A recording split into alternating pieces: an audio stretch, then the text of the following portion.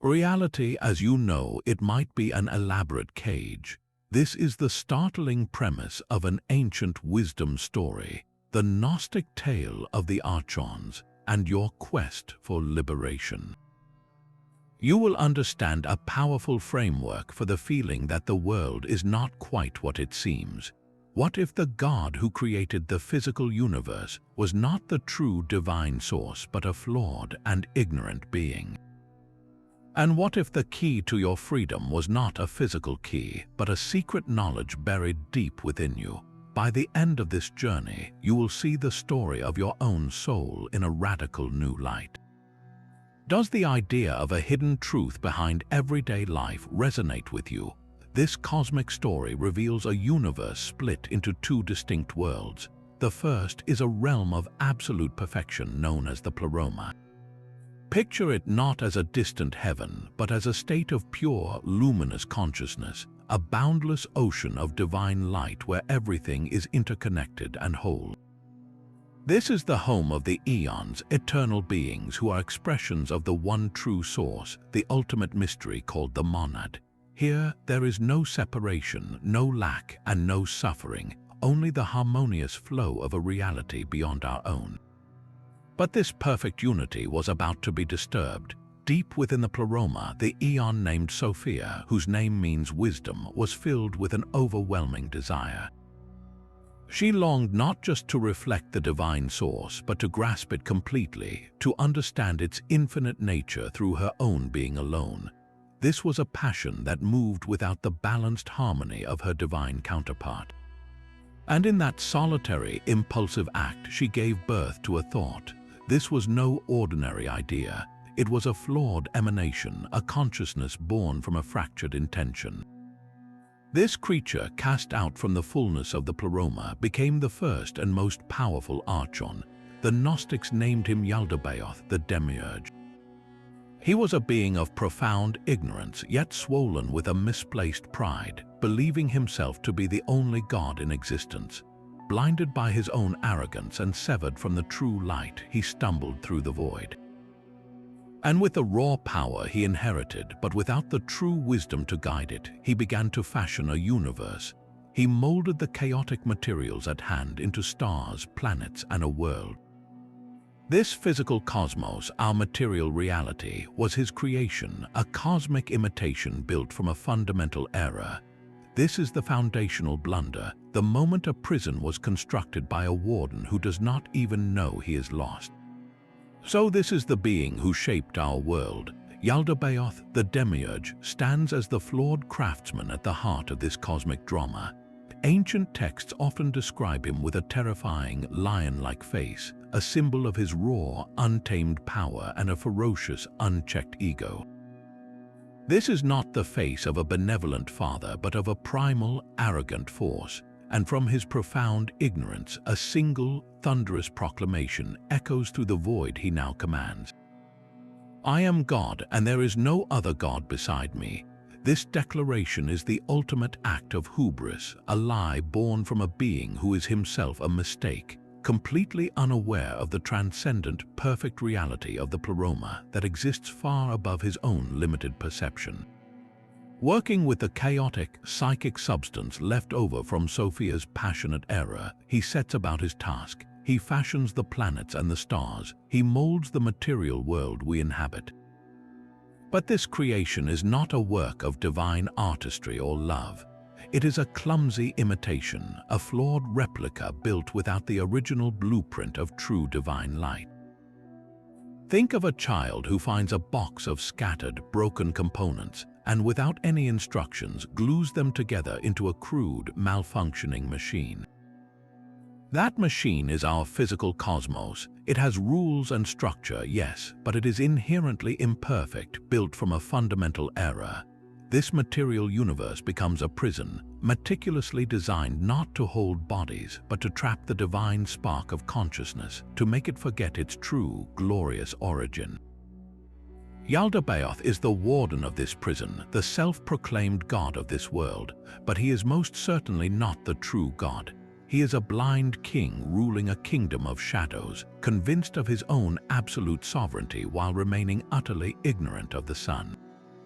And so the blind king built his court to administer his vast, shadowy kingdom. Yaldabaoth created a host of lesser beings, the Archons. These are the cosmic jailers of the material world.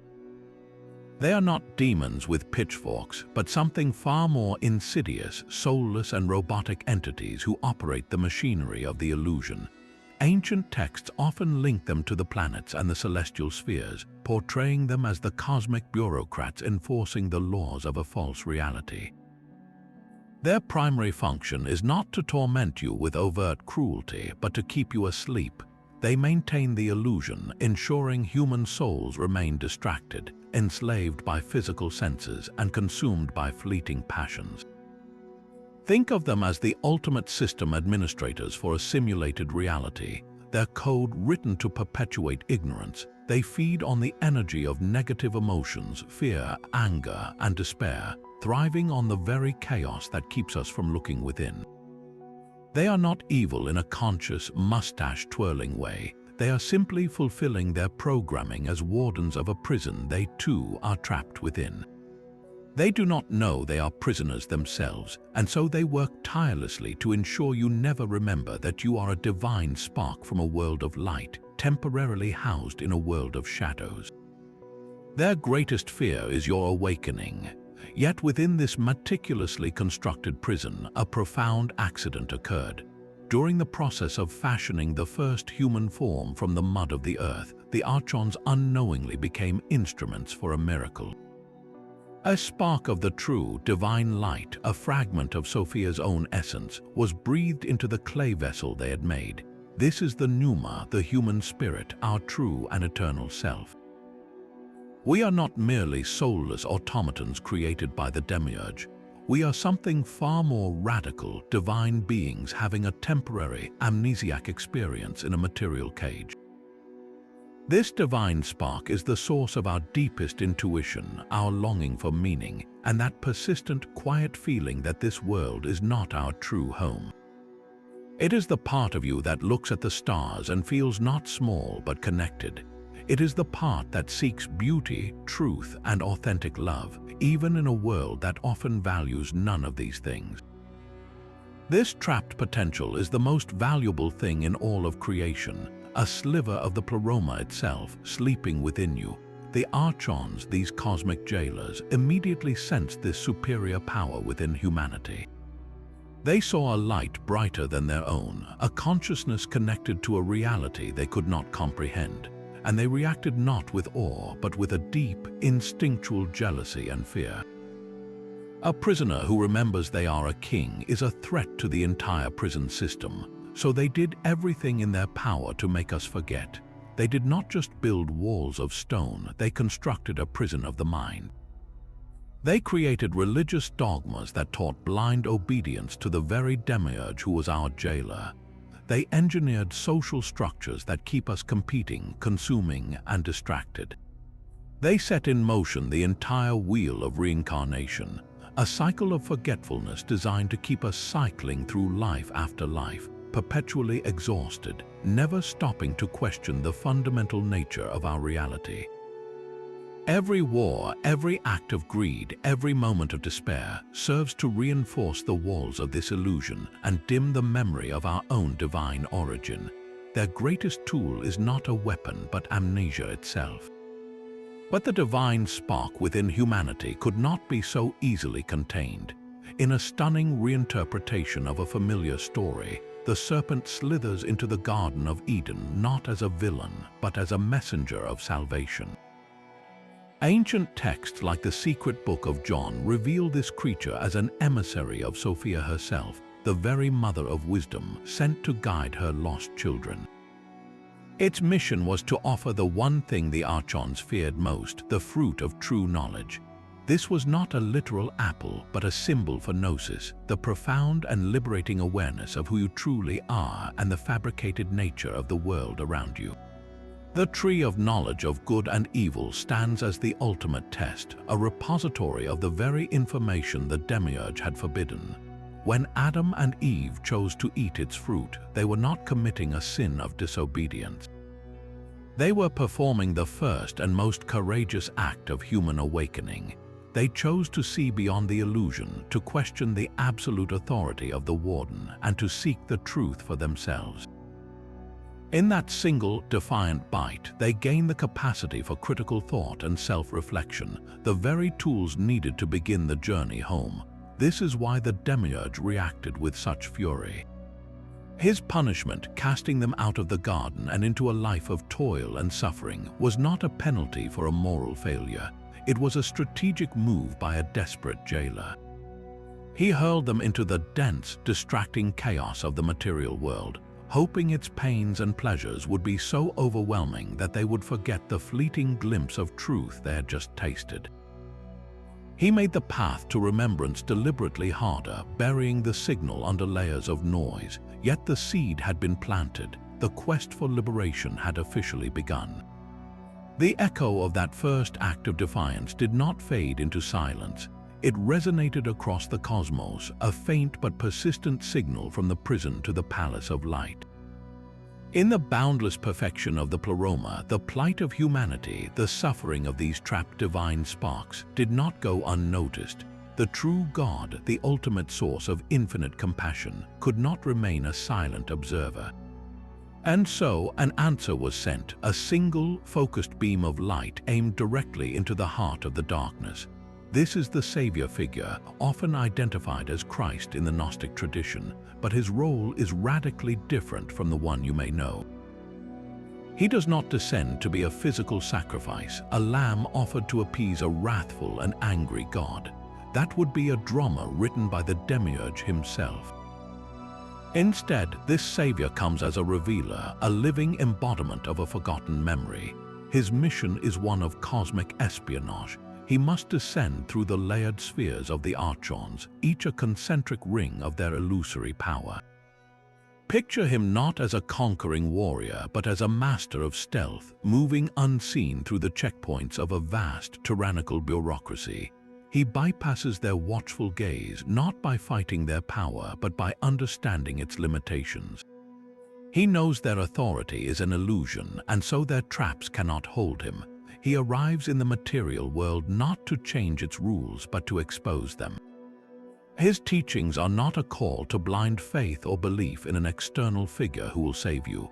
He stands as a mirror, reflecting back to you the truth of your own nature. Salvation, in this radical view, is not something you believe in, it is something you awaken to. It is gnosis, that direct, personal, and transformative knowledge of your own divine origin. He is the living proof that a connection to the Pleroma is not severed, merely forgotten. He is the call from home, a voice whispering from the world of light into the world of shadows, reminding you that you are not a prisoner but a sleeping sovereign. His very presence is the ultimate act of sabotage against the prison system, proving that its walls are only as real as you believe them to be. But how does a sleeping sovereign awaken? The answer lies in a single, powerful word, gnosis. This is not the kind of knowledge you find in a book or learn from a teacher. Gnosis is a Greek term for a deep, intuitive, and transformative knowing that comes from direct experience. It is the shattering realization that strikes you at your core. I am a divine spark from the Pleroma, and this entire world is not my true home. Achieving this is the heart of the liberation journey. It requires a radical turning inward, a conscious rejection of the very values the Archons used to keep you pacified. Think of the constant chase for wealth, the obsession with social status, the manufactured fears of not being enough, and the blind obedience to institutions that claim absolute authority. These are not just societal problems, they are the very architecture of the prison, carefully designed to keep your gaze fixed outward, forever distracted. To seek gnosis is to systematically withdraw your energy from these false idols. It is a quiet rebellion of the spirit. Ancient seekers cultivated this awakening through practices like deep meditation and contemplative prayer, not to petition a distant god, but to silence the noise of the world and listen for the faint signal of their own divine origin. They studied secret teachings not to accumulate facts, but to receive coded maps that could help them navigate the illusions. This path is deeply personal and entirely internal. No external savior can do this work for you. The moment you truly remember who you are, a being of light temporarily clothed in matter, the power of the Archons over you simply dissolves. Their illusions lose their grip because you finally see the walls of the prison for what they are, a projection that has no authority over your eternal self. You begin to live in the world, but you are no longer of it. The echoes of this ancient prison break resonate far beyond dusty texts. You can hear its whispers in the most modern of places. Consider the iconic film The Matrix. Its central premise that our everyday world is a sophisticated simulation designed to keep humanity pacified and enslaved is a near-perfect retelling of the Gnostic drama. The architect is the Demiurge, a cold and logical creator of a false world. The agents are the Archons, relentless enforcers of the system's rules, and Neo's journey from a sleeping nobody to an awakened one is the very path of gnosis, a brutal awakening to the truth that the world he knew was a lie. This story captivates us because it mirrors a deep, intuitive suspicion within our own souls. The feeling that you are living inside a system not of your own making, that you are following scripts written by unseen forces, is the modern equivalent of sensing the Archon's influence. It is the divine spark within you pushing back against the programming.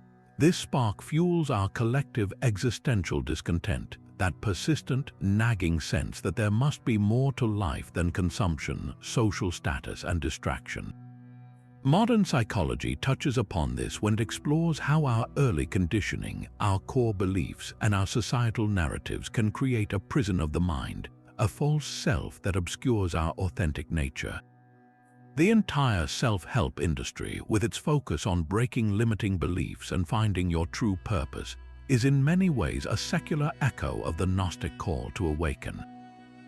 Even our love for dystopian science fiction, from stories of rebellion against oppressive regimes to tales of individuals discovering a hidden reality, speaks to this deep-seated yearning to see behind the curtain. This ancient wisdom does not belong to a forgotten past. It offers a powerful and startlingly relevant lens for understanding why the modern world, for all its comforts and wonders, can still feel so profoundly alienating. It suggests that our deepest longing for meaning is not a psychological flaw to be medicated away, but a spiritual homing signal, a memory of light calling us back to our source. This cosmic story ultimately hands you a key, not a conclusion. The Gnostic tale is far more than an ancient myth. It is a direct and deeply personal invitation to question everything you assume is real. The entire narrative serves a single, radical purpose: to empower you to begin your own quest for remembrance. The most profound journey you will ever undertake does not require a spaceship or a map to a distant star. It requires you to turn your gaze inward, to quiet the noise of the world and listen for the quiet hum of your own divine origin. Liberation, in this view, is not a future reward in a heaven you reach after death. It is a shift in perception available to you in this very moment. It is the awakening to your true nature as a being of light, even while you navigate the shadows of this material world. This is the ultimate act of rebellion against a system designed for forgetfulness. When you recognize the illusions of status, fear, and endless consumption for what they are, their power over you begins to fade. You start to live from the inside out, guided by an internal compass that points toward truth, beauty, and authentic connection. So we leave you with a simple question. Does this story resonate with a knowing deep within you? Does it echo your own suspicion that there is more to your existence than meets the eye? Share your reflections in the comments below. We are truly curious to hear what resonates. And if this journey into hidden wisdom has sparked a light of curiosity, consider subscribing for more explorations into the stories that shape our deepest understanding of who we are.